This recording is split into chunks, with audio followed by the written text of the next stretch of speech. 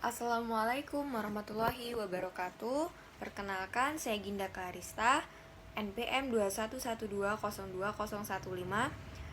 dari Program Studi D3 Kebidanan Universitas Jenderal Ahmad Yani, Yogyakarta. Pada video ini saya akan menjelaskan mengenai anatomi dan fisiologi sistem pencernaan pada manusia.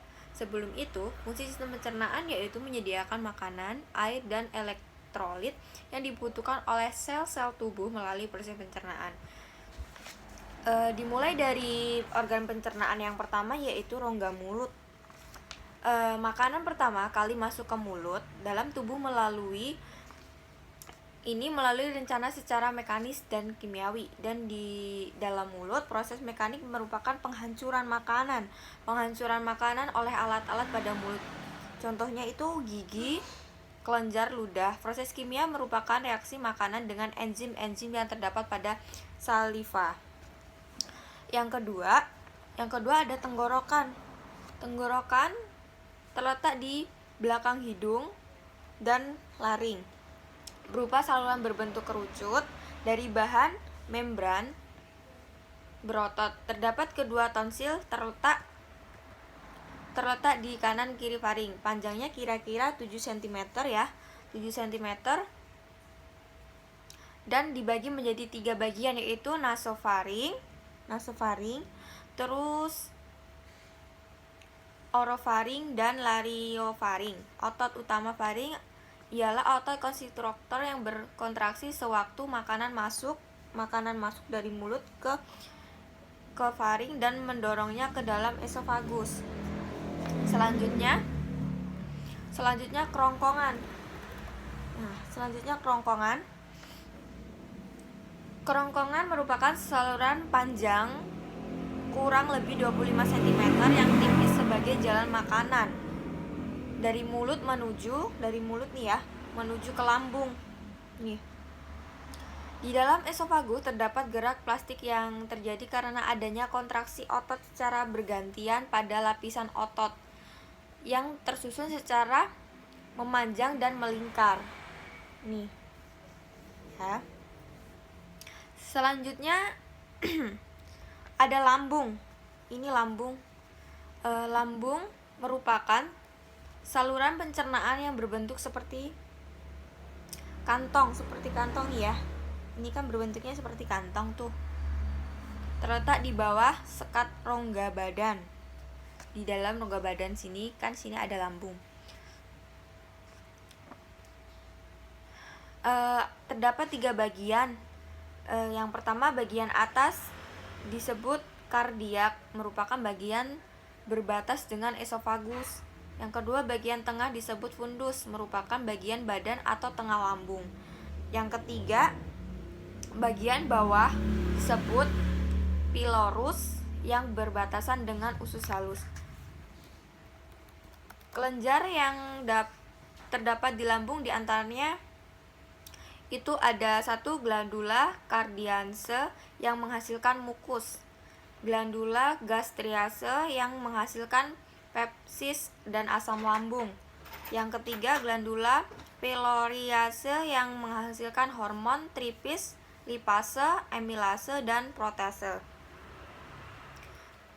Kemudian usus halus. Ini namanya usus halus ya. Kemudian usus halus merupakan saluran berkelok-kelok nih. Ini kan berkelok-kelok seperti panjangnya sekitar 6-8 meter, lebar 25 mm, dengan banyak lipatan yang disebut villi atau jonjot usus. Villi ini berfungsi memperluas permukaan usus halus yang berpengaruh terhadap proses penyerapan makanan ya. Jadi ini berbentuknya seperti kayak gelombang-gelombang kayak gitu, berkelok-kelok kan. Ini yang memproses makanan, terjadinya pengolahan makanan. Bagian-bagian usus halus, 1 nih, duodenum. Duodenum itu atau usus 12 jari, panjangnya kurang lebih 25 cm. Kepalanya melingkar kepala pankreas. Seluruh pankreas masuk ke duodenum melalui suatu lubang yang disebut ampula hepatopankreatika atau ampula Vetteri. Yang kedua, Jejunum. Jejunum itu apa sih? Usus kosong. Panjangnya kurang lebih 7 meter. Yang ketiga, ileum, usus penyerapan, yaitu panjangnya kurang lebih 1 meter. Kalau usus besar itu terdiri dari 6, yaitu sekun, 2 kolom ascendent atau naik, yang ketiga kolon transversum atau melintang, kolom descendant itu turun, yang kelima kolom sigmoid berhubungan dengan rektum, yang keenam itu anus. Nih, ini anus ya. Anus. Terus usus bantu merupakan suatu tujuan memberikan pada perbatasan kolom ascendant.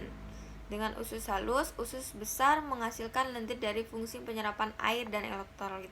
Ketika mencapai usus besar, isi usus berbentuk cairan, tetapi saat mencapai rektum pembentuknya menjadi padat. Mengapa demikian? Banyaknya bakteri yang terdapat di dalam usus besar fungsinya mencerna beberapa bahan, membantu menyerap zat-zat gizi. Fungsi usus besar, kalau fungsi usus besar nih, fungsinya itu ialah absorpsi atau menyerap air, garam atau glukosa. Yang kedua, sekresi atau mengeluarkan musin. Yang ketiga, menyiapkan selulosa. 4, defekasi atau pengeluaran tinja.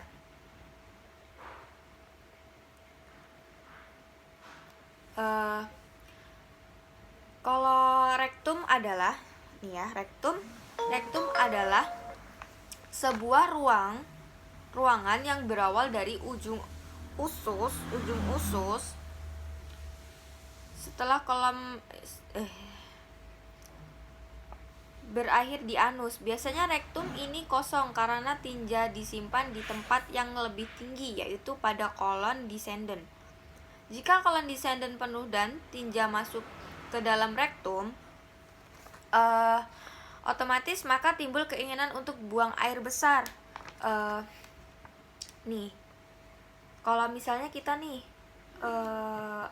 kita punya tempat yang lebih tinggi, yaitu pada kolom descendant. Jika kolom descendant penuh nih ya, kita itu maka timbul keinginan untuk buang air besar karena sudah menahan gitu kan.